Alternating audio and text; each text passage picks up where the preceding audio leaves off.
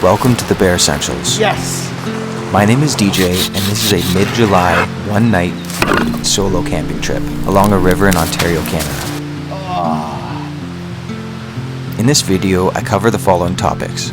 I like to demonstrate skills in a relatable and easy-to-understand way, so I'll include some close-ups in there so you can see how I'm doing it all, as well as the theory and the why behind it. If you have any questions as we go through this, just leave them in the comments below. And thanks for joining me. Enjoy.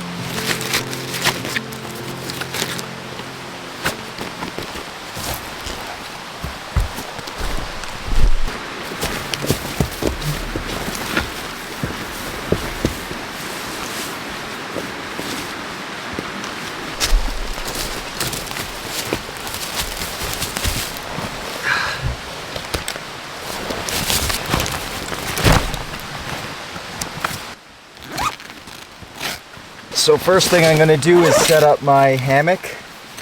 This is the Warbonnet Ridgerunner hammock. And it just consists of my tarp, 5 spreader poles, and the actual hammock itself. I mainly camp in hammocks because if there's no flat area, then you can set up a hammock really well. All you need is 2 trees, generally about 20 feet apart, but it's really dynamic. You could get away with closer trees. Anything more than 20 feet might be a stretch, but generally you can find something about that size. So the hammock itself has the main portion. I have a tarp for over top of it, and these spreader bars. Now I like to sleep on my back, but sometimes on my side, and if you're sleeping on the ground on a tent pad, sometimes I'll wake up sore. And these spreader bars are really good because they allow the hammock to lie flat. It separates the back and the front, where your shoulders are and where your toes are. It's really nice. So it's a pretty quick setup, especially once you practice with it a bit. The hammock itself takes no time at all to set up. It's perfect. It doesn't weigh a lot either. Okay, so these are the 2 trees I'm going to use, this one here and that one over there. And I'm just going to lay out the hammock first, attach it to each tree, tighten it up, and then I'll throw the tarp on. So when I take this hammock out, I have it set up so that you could keep it in your hand if the ground is wet. You attach one end to the tree and just roll it out. And I know my head is going to face whichever direction the opening is. For here, it doesn't really matter where my head's facing, so I'm just going to start over there.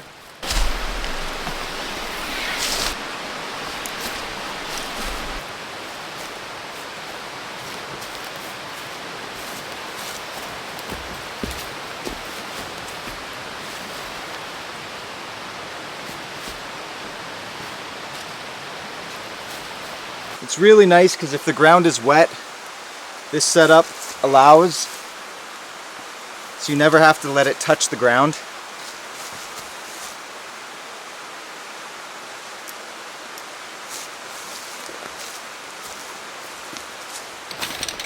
So these are the spreader bars.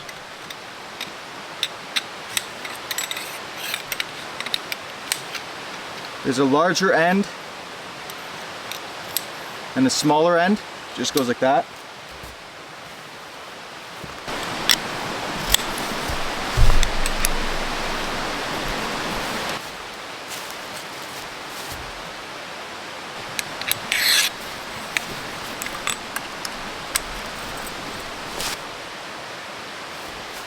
And it has a really good mosquito net here. Looks pretty good to me.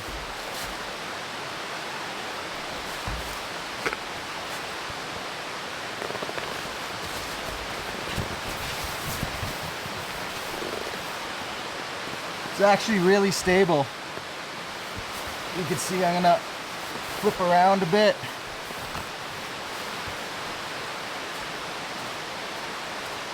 Oh. That's nice. Okay, see you in a few hours.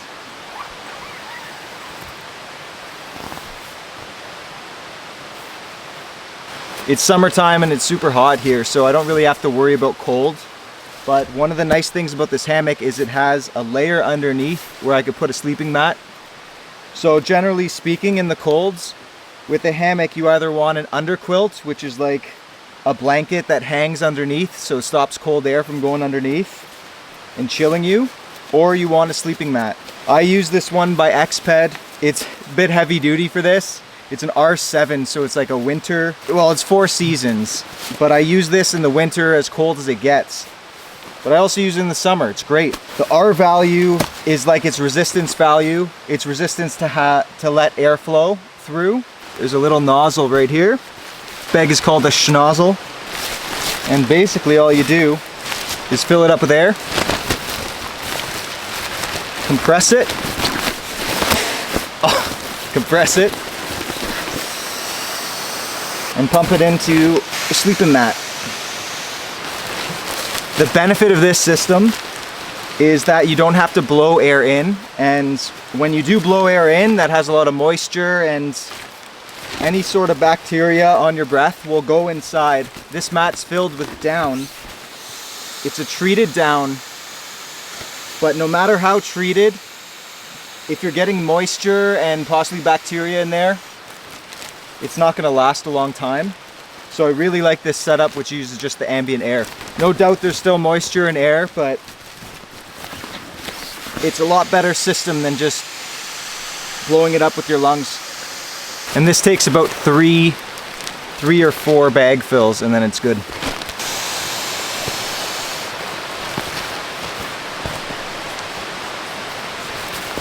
Here's it filled up, but I don't keep it max filled up because it's a bit stiff.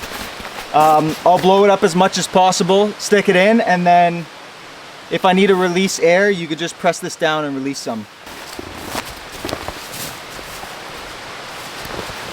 So a really nice thing about this Warbonnet Ridgerunner hammock is it's got a sleeve under here for me to stick my sleeping pad.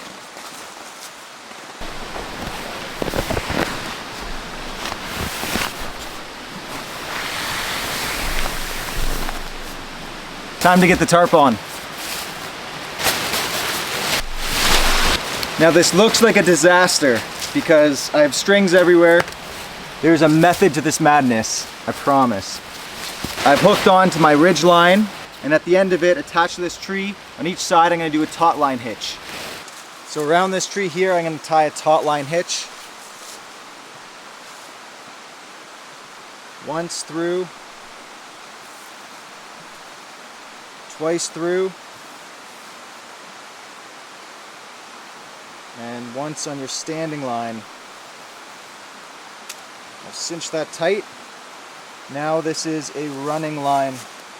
I could tighten or I could loosen.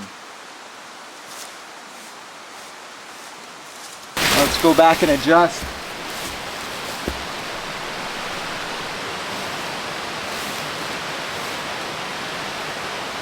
See, I could just adjust. With this hitch, I could just slide it along. Slide, slide, slide, and it'll bite in and tension that line really easily.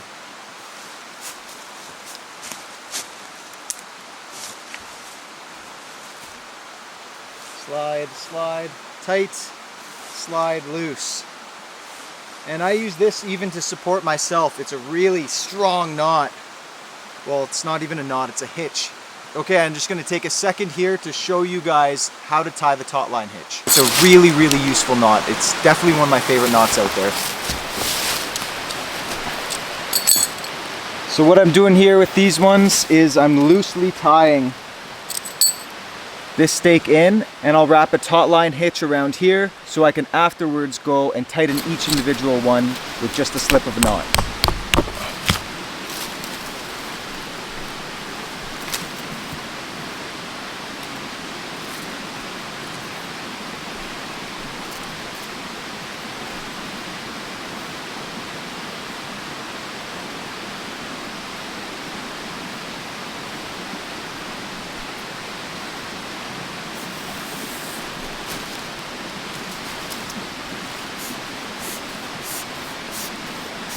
What works for me is doing one side of the tarp first and making sure this is center, and then doing the following side and then doing adjustments after that, rather than doing one side completely and then the other side.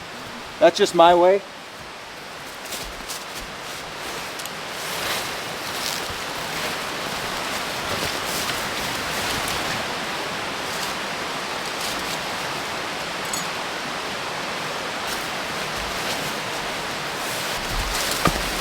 So the tarp's all set up for some rain, but I kind of want to give myself a vestibule, so I'm just gonna get these up a little bit.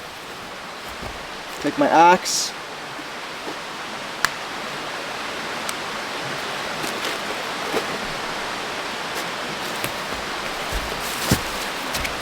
This should do.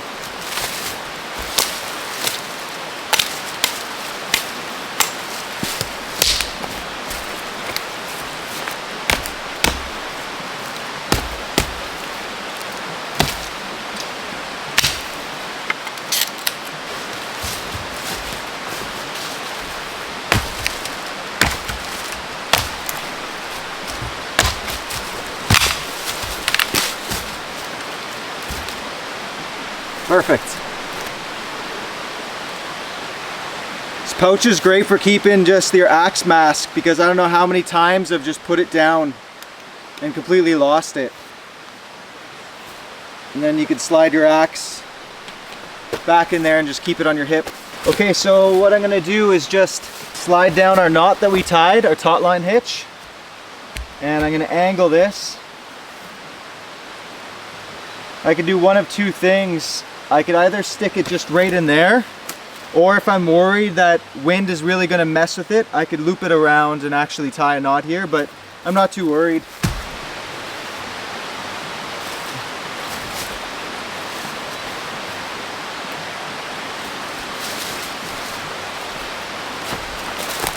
Ah, there we go. Nice little chilling spot.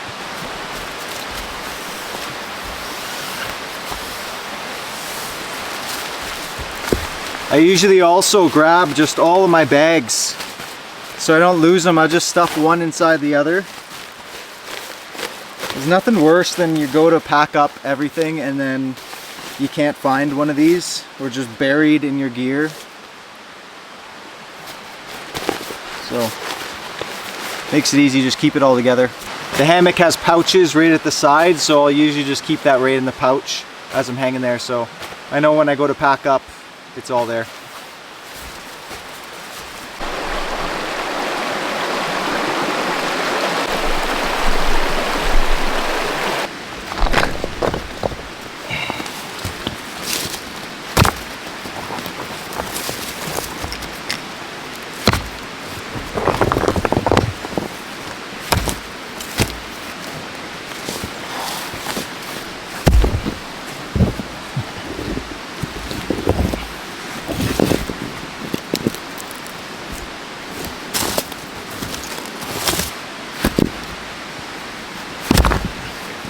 So I'm gonna do a double layer pit here. Basically, I'm gonna have a reverse fire burning down there to get some good coals. I'm gonna have a top here and then build it up and have another top, which is gonna be the oven. The back that reflects heat, I wanna have a little open space so it could come up and heat up the oven. And we'll have the flow path going like this, so it could come up and heat up the top of the oven and come out, smoke out the top.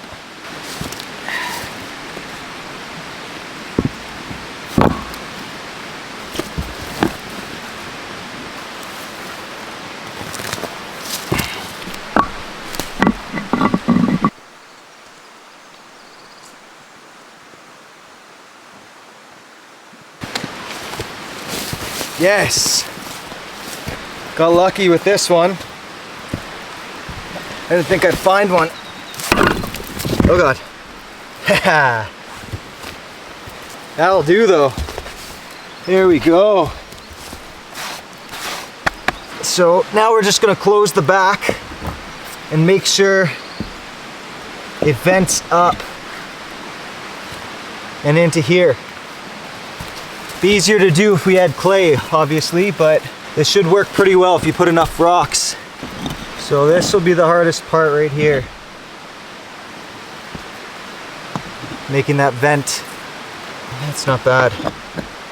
So you don't need it completely airtight because you want some smoke to vent out. But if you could eliminate a lot of the big open spots, it'll help keep a lot of the heat in. Yeah, I like it. It's looking good.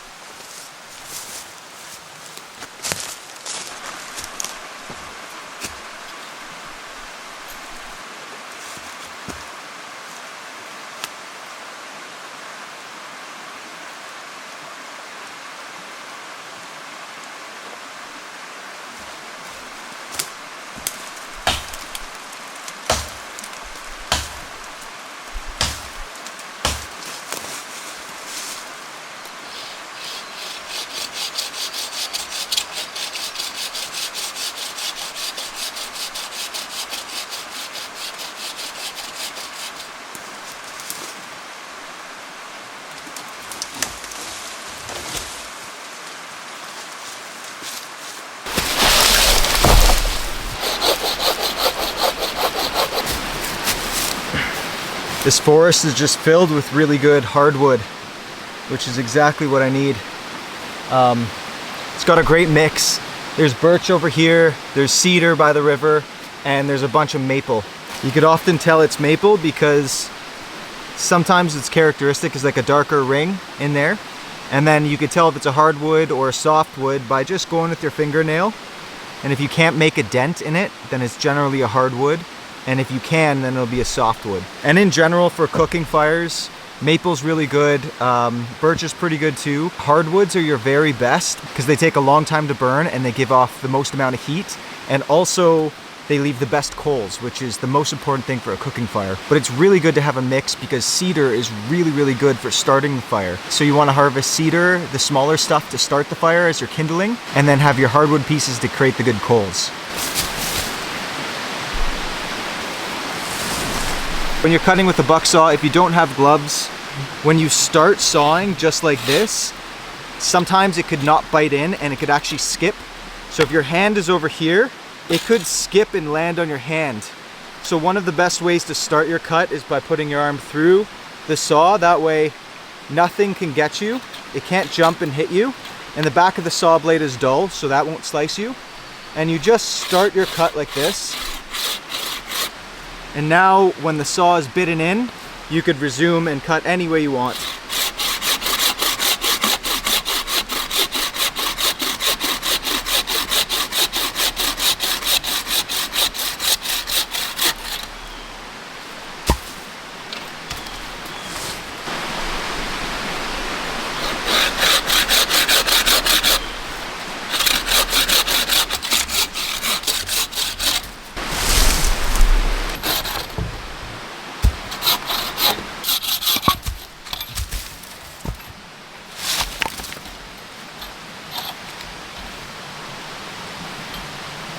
See, as it's kind of falling off, it's kind of hard to hold.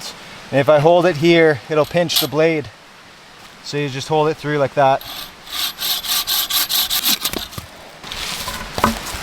And this one, it's impossible to cut like that. So let's sit here and do one of these.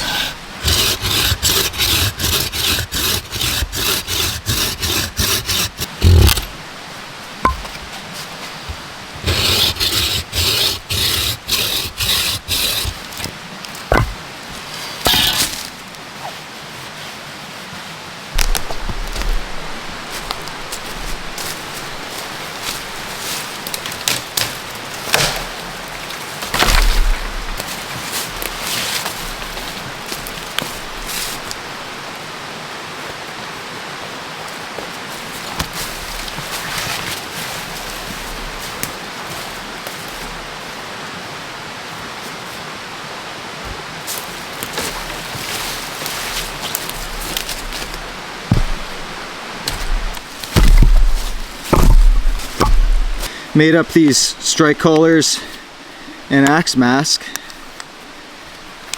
And the strike collar is for when you have kind of squirrely logs. If you're going and you miss, or just off the side, it'll start damaging your wood handle. So a leather strike collar like this will just absorb that impact and preserve your handle. Sometimes I use it, sometimes I don't. I mainly only use it for splitting.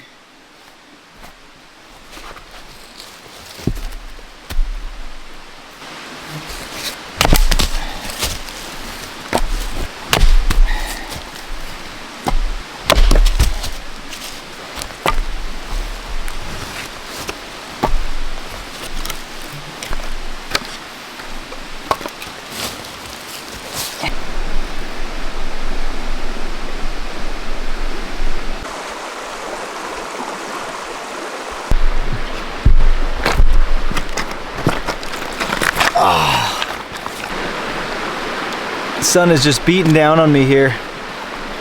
I think it's time to go for a swim.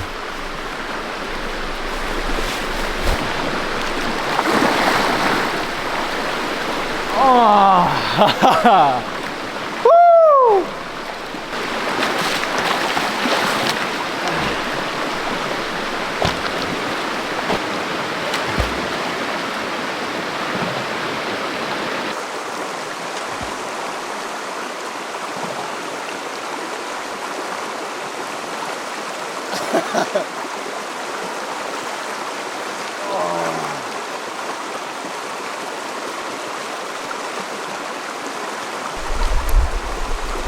Oh, that was the best. This is really living. So I think I'm gonna get a tarp set up. I just like keeping my gear under a tarp just in case it's gonna rain. Even though it's kind of blue skies right now, you never know what's gonna happen overnight. Just so I have something I could chill under. I could at least keep some of my gear under if I need to.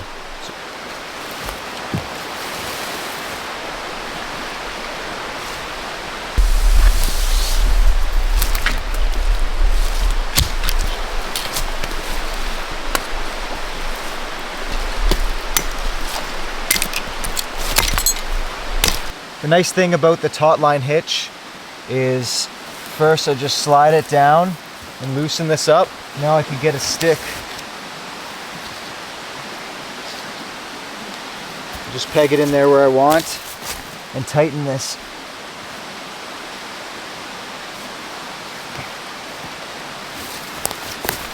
Then let's say the rain's coming. I could just take that off, slide the taut line up, and it tightens it down again.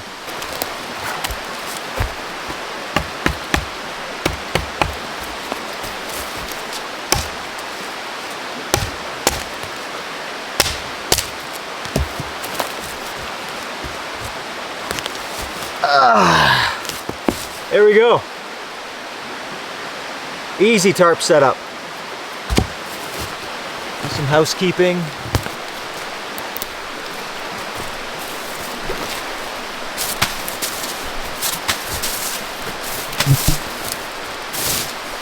It's the old forest broom.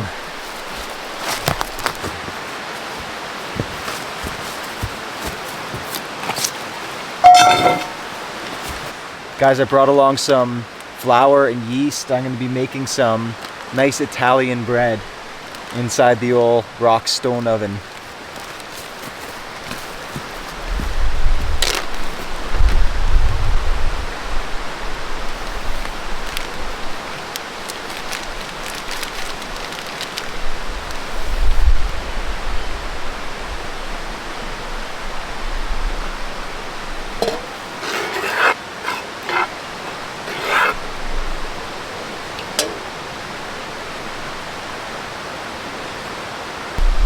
I'm just going to let it rise for about an hour.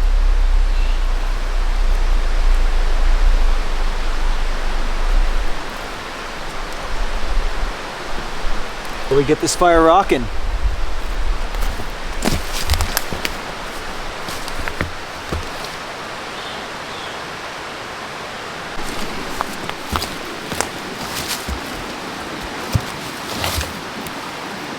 This type of fire is called a reverse fire.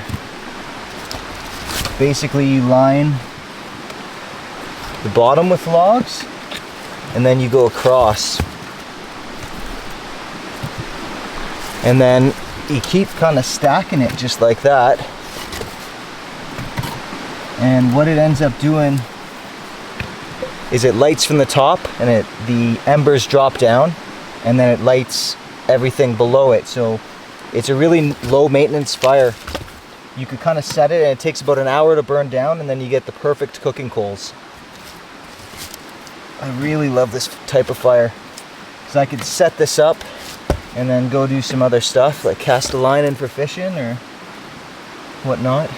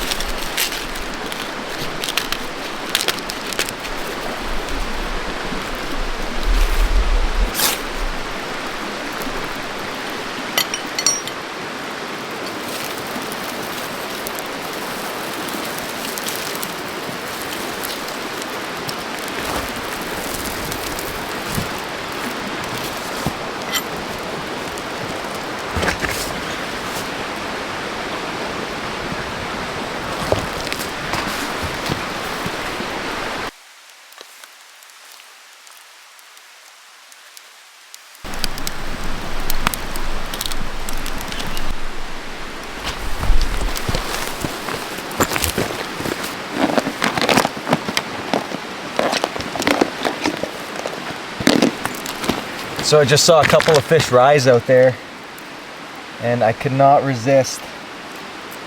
I need to bust out the fly rod. The water's pretty warm, so I imagine they're smallmouth bass, but I have caught brook trout in here before. I'd be surprised if they're up this far in the warm water, but man, that would be a treat. All right, let's give it a whirl. I'm just using a streamer because that's what I have on, but I'd really like to switch to the dry fly. We'll see.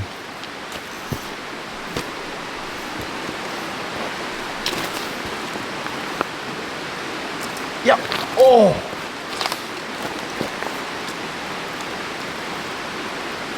Yes. Oh, he jumped. Nice smallmouth.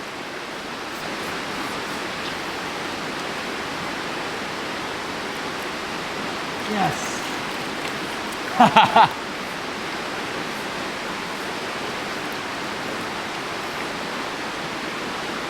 Just a little guy. I'm gonna switch over to the dry fly because I prefer dry fly fishing. It's so much fun.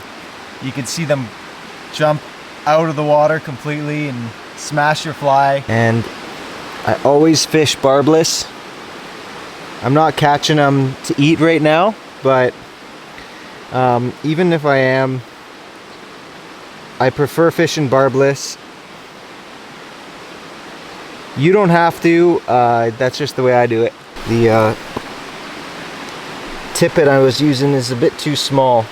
I'm used to trout fishing, so I'm using 6X tippet, which is like, what would it be? I don't know, 3.5, 4 pound test. All right, let's go.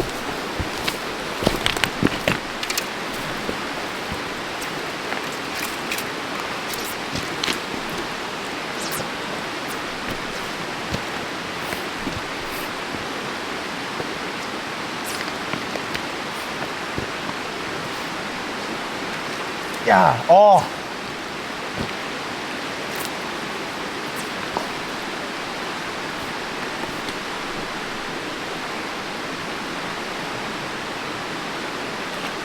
Yes.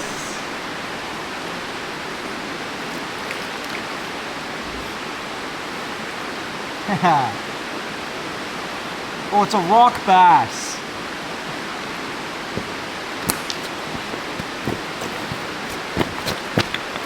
These guys are fun. Just a little, the smallest rock bass of all time. Hey, buddy.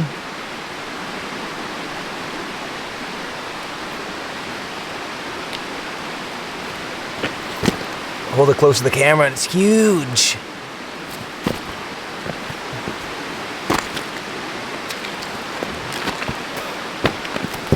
All right.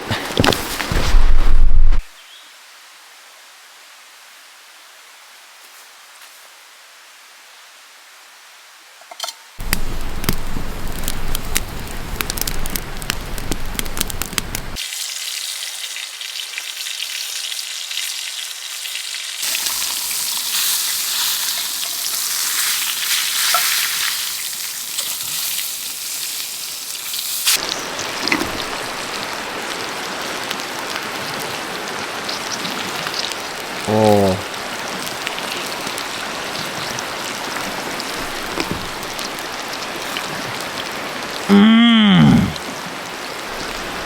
Oh.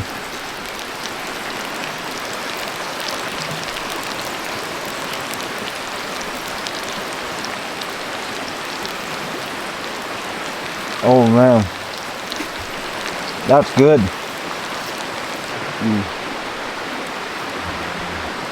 Oh. Oh, oh.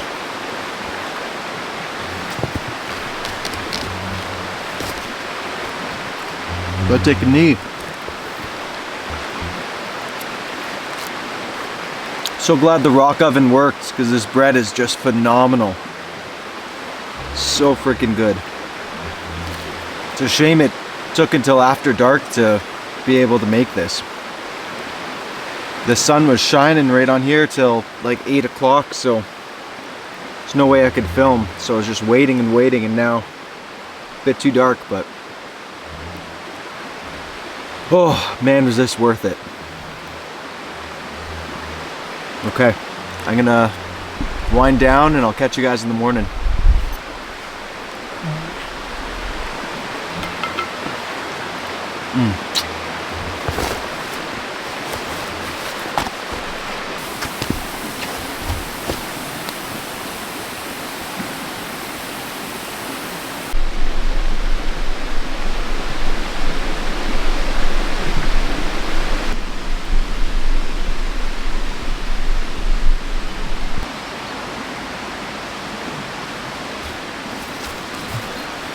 Well, good morning. Had a beauty night's sleep last night, and this nice stone oven kept the coals going pretty well. Really well, actually. So, easiest thing, if you have birch bark, I'll just throw some in. And then a bunch of little sticks.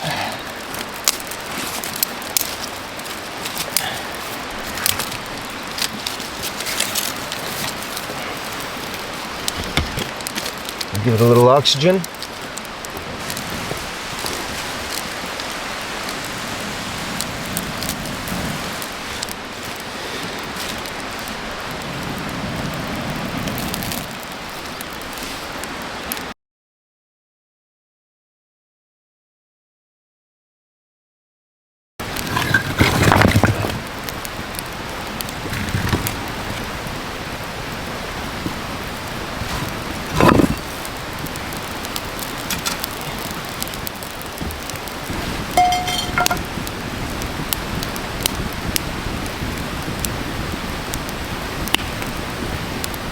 Oh man, so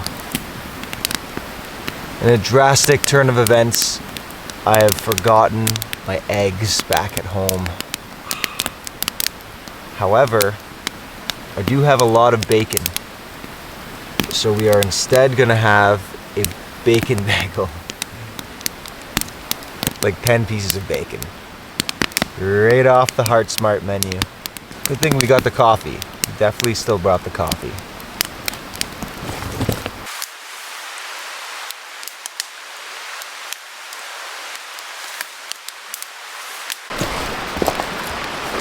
Alright, time to get some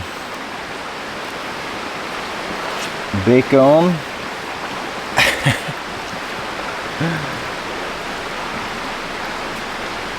Bacon bagel. Breakfast of champions.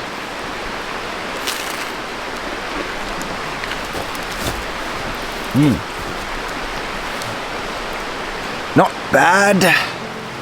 Nice.